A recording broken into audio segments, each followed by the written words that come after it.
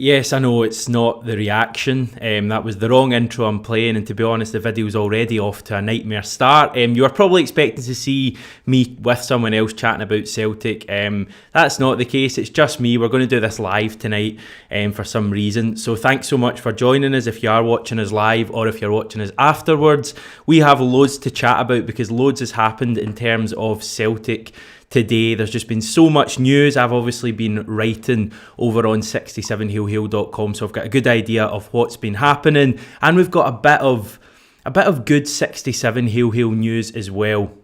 Why don't we start with that actually? The big news overnight that one of you wonderful people became our 5 millionth view ever, which is just an obscene number that we never thought we'd get to. So we just want to say a huge thanks to everyone who has watched the channel, subscribed to the channel, spoken to anyone about the channel. It really does mean a lot from all of you. And no, there's no green screen tonight because, to be honest, when you're trying a live video out for the first time, you don't want to take too many unnecessary risks. I'm still half expecting me to be plunged into darkness any minute.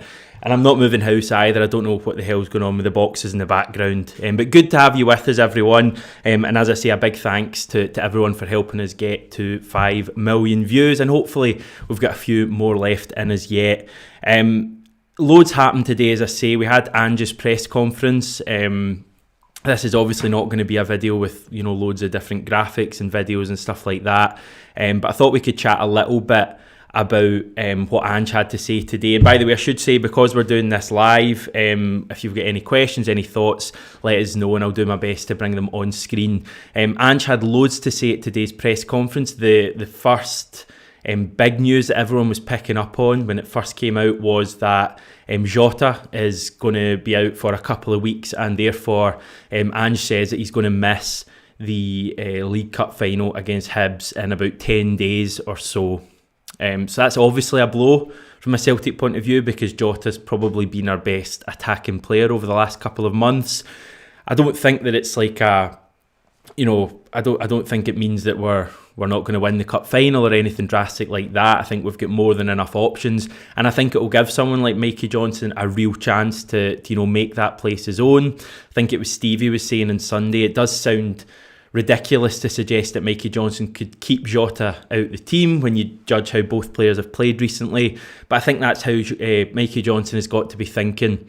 And he's got a great run at it. He's probably going to play tomorrow night with James Forrest being missing, and he's going to get 4 or 5 games in a row with one of them at least being a cup final and a real chance to do himself justice. But obviously missing Jota is a big loss. Ange also spoke about the celebrations that he had at Tannadice. He went nuts at Tannadice in comparison to how he normally is. He's usually just a kind of bit of that after the game, but he had the scarf above his head. He was loving life, and a journalist actually asked him about that at today's press conference, and he joked. He said, am I not allowed to enjoy myself? And he actually kind of then just went into why he didn't feel it was a big deal at all, but he's clearly settling into life at Celtic. He also spoke about Toby Oluwayemi, the young goalkeeper that we signed a couple of years ago from Tottenham Hotspur, and he was actually talking him and Dane Murray up as well. Now, he was asked about Oluwayemi. I think it was someone from the Cynic asked him about Oluwayemi. So he spoke positively about him, said Stevie Woods really likes him, which is obviously a good sign when your goalkeeper coach likes a goalkeeper. And also, as I say, he mentioned Dane Murray. And I just wonder, this might be one of Hamish's famous awful predictions, I wonder if we might see Dane Murray tomorrow night. Probably not from the start. He's not in my predicted 11 that we'll get on to in a second. But I just wonder if we might see a bit of Dane Murray at some stage tomorrow night. I thought Ange kind of teased that one in there. Also, the big thing everyone's taken away from it was that amazing... it was like a minute and 10 seconds, I think, when he spoke about Kyogo and this obscene narrative that is developing that Kyogo is a diver and Kyogo is a cheat. And I thought that he just spoke brilliantly. In fact, technology permitting, everyone, we're going to have a wee look at what Ange had to say. Enjoy this. Who are these brave people, these warriors who, accusing people who are out there, Kyogo's the size of a jockey. He's playing against guys almost, foot taller than him, and all these brave warriors on the outside are casting aspersions, are they? I haven't read it. I won't read it. You end up in arguments with ignorant people. You'll eventually become one of them. So I kind of ignore those kind of narrative as you painted it. I think Kyogo's been great for our football club. I think he's been great for Scottish football. And I'd be surprised if anyone wouldn't want somebody of his character and his playing ability in their club or in their league. So beyond that, mate, as I said, good on all these brave soldiers sitting in their studios or lounge rooms or wherever they are, and throwing these narratives across the bay. Yeah, so that was Ange earlier, and it was obviously clipped up straight away, as is always the case nowadays, and Celtic fans were quote tweeting it, saying, "Oh, amazing," really, really defending his player, and I thought what he said was bang on. I mean, we can get into the reasons for why this narrative has been created. I think all of us have an idea of it, but those reasons were actually summed up to me when I had a browse through, obviously for my writing job in 67 Hail at some of the comments being made in regards to the tweet. I think it was Clyde Super Scoreboard that sent out the tweet of what you've just watched there, and if there was one Celtic fan commenting, there was 3 or 4 fans of other teams, mainly one team, who were just so incensed by what Ange had said, as if he was talking absolute nonsense. And I mean, it was great. He's really killed 2 birds with one stone, Ange. He's got us all going, and he's annoyed the other side as well. So I thought it was excellent. And, as I said, when I wrote earlier, I said that it would be amazing if Kyogo netted a goal on January the 2nd. The implosion, that side of the city, would be incredible. And, I think it's something that could happen as well.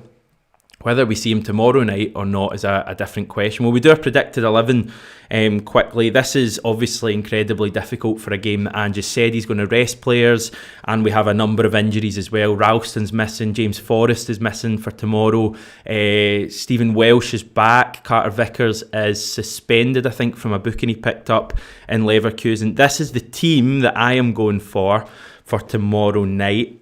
So obviously Joe Hart in goals, Josip Juranovic at right back, Karel Starfelt and Stephen Welsh in the middle, Liam Scales at left back, that's my big shout. James McCarthy, I think, will play in the kind of McGregor role, if you want to call it that. Rogic and Turnbull ahead of him, probably because we don't have any other options there in terms of attacking midfielders, and Ange likes to play with 2. Abada on the right because Forrest is injured, Johnson on the left because Jota is injured, and Ayeti, I think, might play up front. Now, it will all come down to, and Stuart's already commenting saying that, end me now, Ayeti.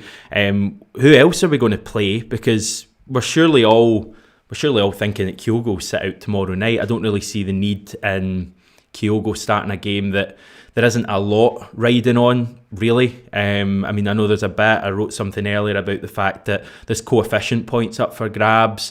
Celtic have only got 4 points this season in terms of coefficient.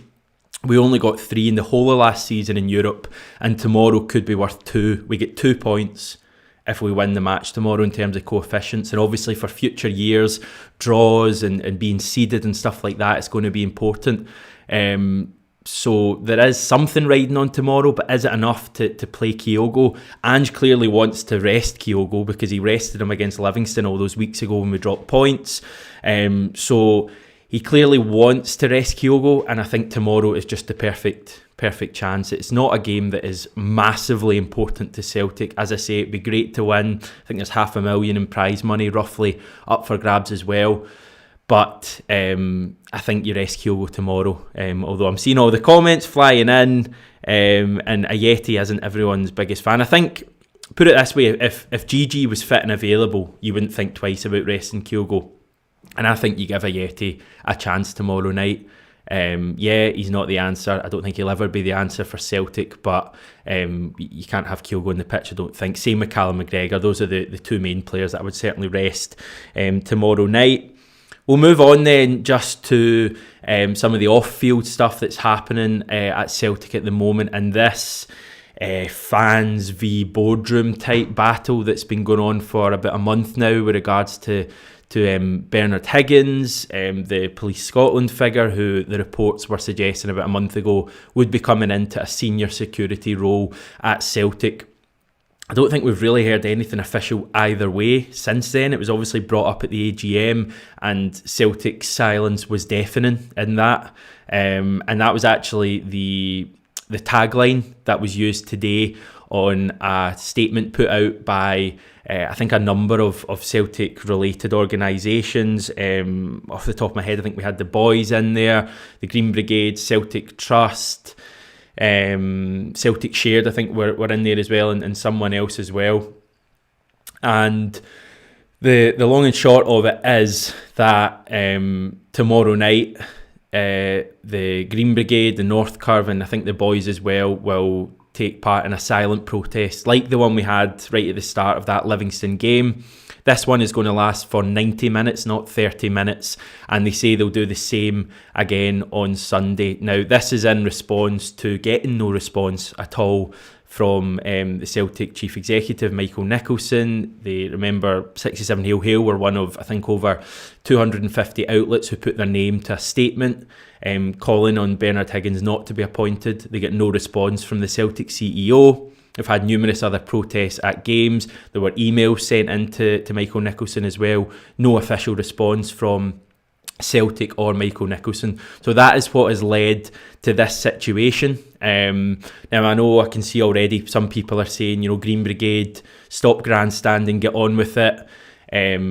Other fans, a bit like me, are saying, Celtic, deal with this issue and don't appoint this guy.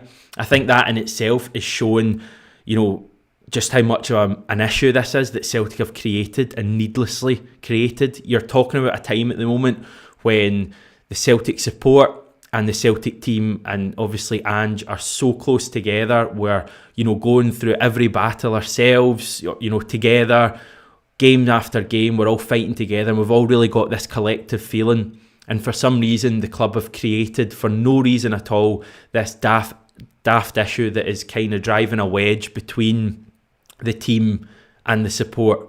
Tomorrow night, the support, or certainly, vast swathes of the support, aren't going to be singing for the match. And for a Europa League game, it sounds completely ludicrous, but that's the situation Celtic have created overall. And to be fair, it's a situation that Michael Nicholson has created by not responding.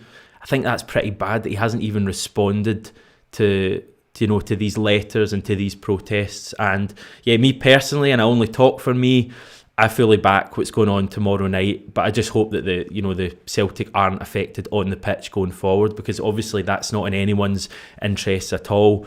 I'll just bring in some comments. William saying that the board could stop these protests. I think that's by just engaging. That's exactly how I feel. That they just have to speak to fans and treat fans, decently.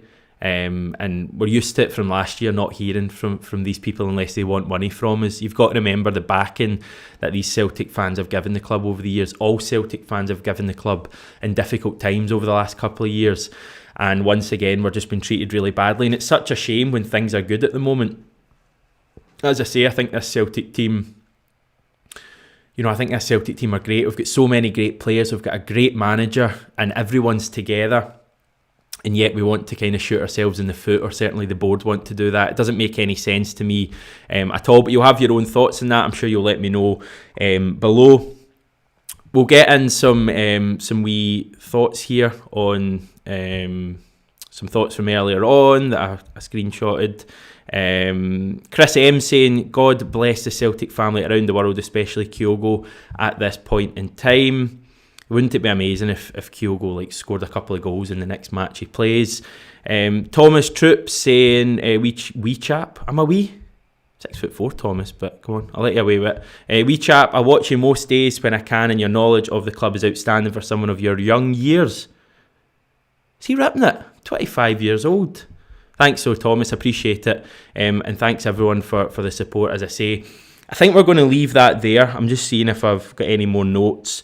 It's obviously been a bit of a different video tonight. You know the reasons for that. I didn't have time to actually edit a video together, and no one else wants to chat to me, so I couldn't do a two-man with anyone else, so I just did it myself. Looking forward to tomorrow night. I'm going to be there at Celtic Park, obviously hoping we can get a positive result, but I think more than anything else, interested to see some of these fringe players if they play.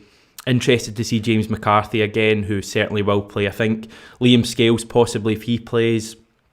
I think I'd like to see Leila Abada again. Thought he looked much better on Sunday when he came on. And possibly someone like Albion Ajeti, just to see if he is completely terrible or if he can prove us all wrong. There's loads to come on the channel. Tomorrow night we will have the reaction after the game. I'll be at Celtic Park. John will be with me as well. So we've got all of that to look forward to. Thanks everyone for tuning in to this rather strange video. Don't forget to subscribe to the channel if you've not done it yet. And we'll speak to you very soon.